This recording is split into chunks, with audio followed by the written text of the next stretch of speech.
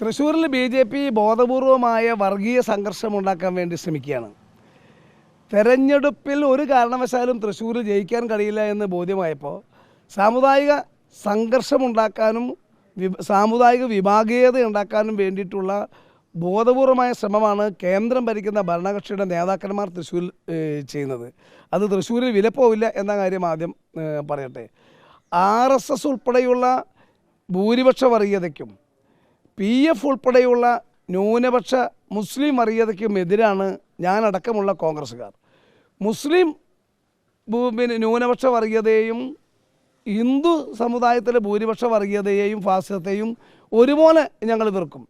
പണ്ട് കാലത്ത് തേജസിൻ്റെ ഒരു പത്രം കേരളത്തിലെ എല്ലാ MP-മാർക്കും MLA-മാരുടെയും ജനപ്രതിനിധികളുടെയും അടുത്ത് അത് എൻ്റെ ഒരു എഡീഷൻ കൊണ്ട് സൗജന്യമായി നൽകുന്നതിൻ്റെ ഫോട്ടോ കാണിച്ചിട്ടാണ് ഈ BJPയുടെ സംസ്ഥാന വക്താവ് ഇപ്പോൾ വർഗീയ ഫാസിസവുമായി വന്നിരിക്കുന്നത്. നാണമില്ലേ? ഇതുപോലത്തെ ഒരു പാപ്പരത്വം കേരളത്തിലെ BJPക്ക് ഉണ്ടാകാനിടയില്ല. ഏതെങ്കിലും വേറൊരു കാര്യം പറയുകയാണെങ്കിൽ നമുക്ക് മനസ്സിലാക്കാമായിരുന്നു. ഒരു പത്രം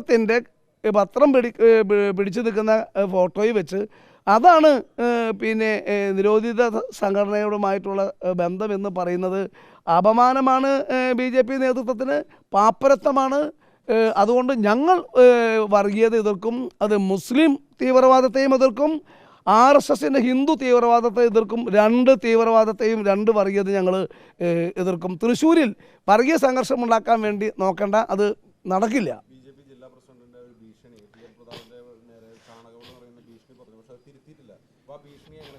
വെല്ലുവിളിക്കുകയാണ്, BJPയെ വെല്ലുവിളിക്കുകയാണ്. ധൈര്യമുണ്ടെങ്കിൽ വായോ. ഞാൻ കടലിൻ്റെ തിരമാലകളെ ഭയപ്പെടാത്ത ഒരു ആളാണ്. കടലിൻ്റെ തിരമാലകളെ നീന്തി കടക്കാൻ ആർജവത്വം ഉള്ള ആളാണ്. എന്നിട്ട് വേണ്ടേ BJPയിലെ എന്നെ ചാണകവെള്ളം തെളിക്കാൻ വേണ്ടി വരുന്നത്? ഞാൻ ചാണകം മെഴുകിയ തറയിൽ കിടന്ന് വളർന്ന ആളാണ്. ചാണകം മെഴുകിയ തറയിലാണ് ഞാൻ ജനിച്ചു വീണതും ജീവിച്ച് വന്നതും. എന്നിട്ട് വേണ്ടേ എൻ്റെ ശരീരത്തിൽ നല്ല പച്ച മത്സ്യത്തിൻ്റെ ഗന്ധമുള്ളതാണ്.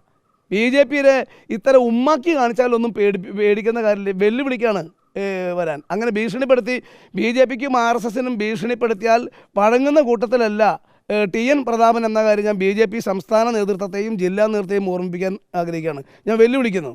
ഞാൻ നിങ്ങൾ പറയുന്ന സ്ഥലത്തേക്ക് വരാം, പന്തയം വെച്ച് വരാം. RSSന് എനിക്ക് പേടിയില്ല.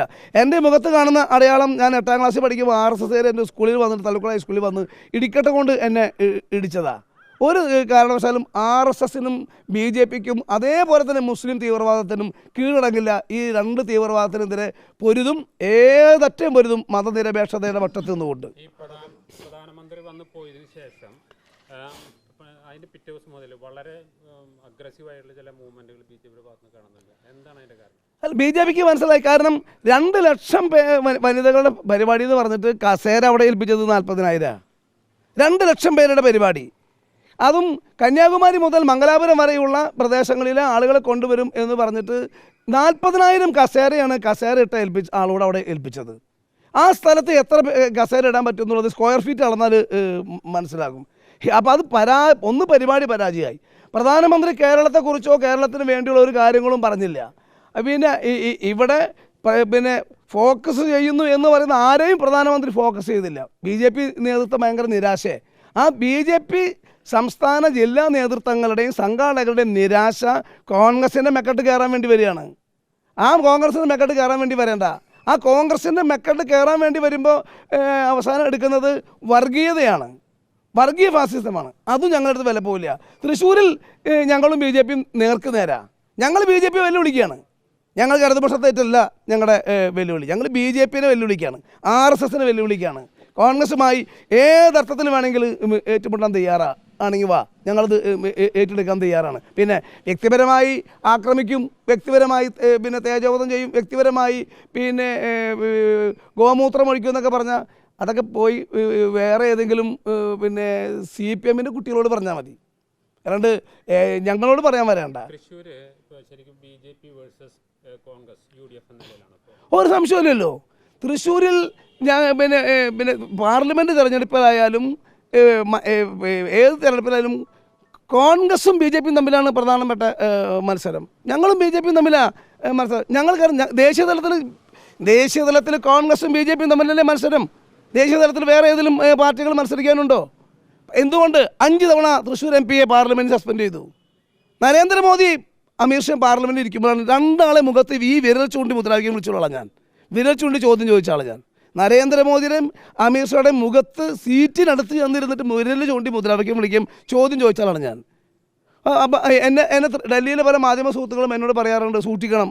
ഡൽഹിയിലെ മലയാളികളായ മാധ്യമ സുഹൃത്തുക്കളടക്കം എന്നോട് പറയാറുണ്ട് അവരുടെ കണ്ണിലെ കരടാണ് സൂക്ഷിക്കണം. അതുകൊണ്ട് BJPക്കും RSSനും ഒരുപക്ഷെ അവരുടെ ഒന്നാമത്തെ ശത്രു TM പ്രതാപനായിരിക്കും. ഞാൻ ആ വെല്ലുവിളി ഏറ്റെടുക്കുകയാണ്.